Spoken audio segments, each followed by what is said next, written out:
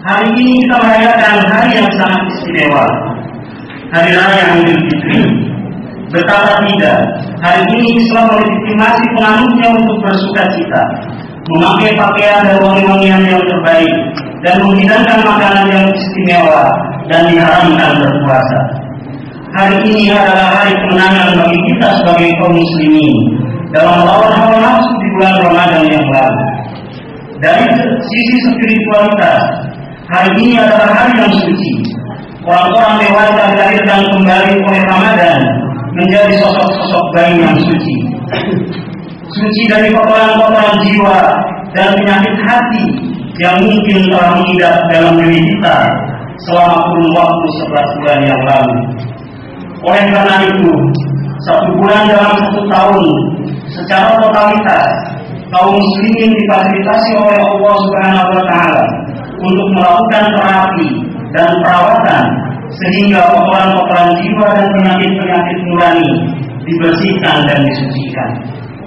Dengan demikian, orang yang telah mengikuti prosesi Ramadan diharapkan dapat keluar dalam keadaan bersih dan suci dari noda dan dosa.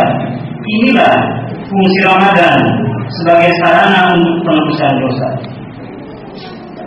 Allahu Akbar, Allahu Akbar, Allahu Akbar, walillahil hamd. Hadirin jamaah Idul Fitri yang berbahagia. Jika kita membaca redaksi agama dan kepercayaan yang ada di dunia ini, kita akan menemukan bahwa setiap agama memiliki konsep dan metode tentang penebusan dosa umatnya. Ada yang menebusnya dengan cara menyerahkan sejumlah uang atau harta benda kepada pemuka agama. Ada yang mengorbankan tumbal. Bahkan dalam sekte-sekte agama tertentu, penebusan dosa dilakukan dengan cara melukai diri atau bahkan bunuh diri. Islam memberikan banyak konsep penebusan dosa yang semuanya sangat praktis, humanis, dan profesional. Misalnya, dosa-dosa kecil yang bisa lakukan secara langsung kepada Allah bisa fokus hanya dengan istighfar, siraman air wudu, atau memperbanyak sedekah. Untuk dosa yang lebih besar bisa dimaafkan dengan meminta ampun, salat taubat, seraya berjanji tidak mengulangi kembali.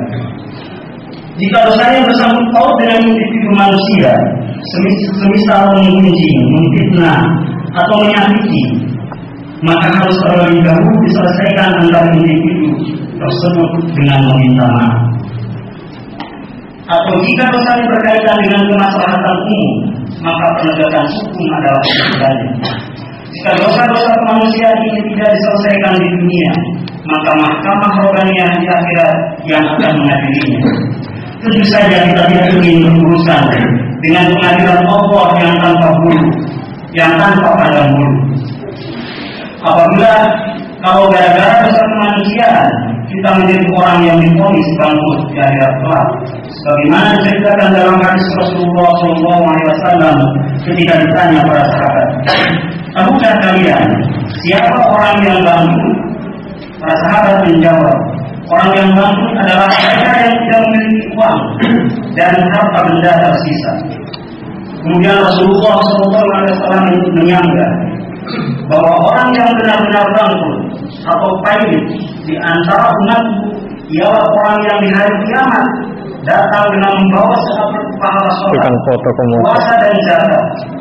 Tapi sementara itu datanglah orang-orang yang menuntutnya karena ketika di dunia ia mencaci ini dan memakan harta si ini dan menyakiti si itu, melukai si itu dan memukul si ini. Maka diberikanlah pahala-pahala kebaikannya kepada si ini dan si itu. Jika ternyata pahala-pahala kebaikannya habis sebelum dipenuhi apa yang menjadi tanggungannya, maka diambillah dosa-dosa si ini dan si itu yang pernah dizoliminya dan ditimpakan kepadanya, kemudian dicampakkanlah dia di dalam api neraka. Hadis riwayat Muslim dari Abu Hurairah. Hadirin jamaah Idul Fitri yang berbahagia, ternyata mulut, tangan, kaki dan anggota tubuh kita yang biasa kita gunakan untuk beribadah, bersujud, berzikir, berpuasa, berzakat, dapat membuat kita pahit kelak.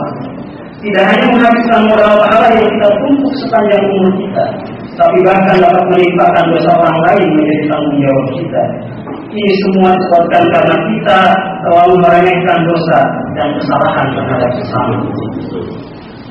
Oleh karena itu, di penghujung Ramadan, setelah dosa-dosa kita diampuni oleh Allah Subhanahu wa Ta'ala, maka selanjutnya adalah saling memaafkan di antara sesama manusia agar kita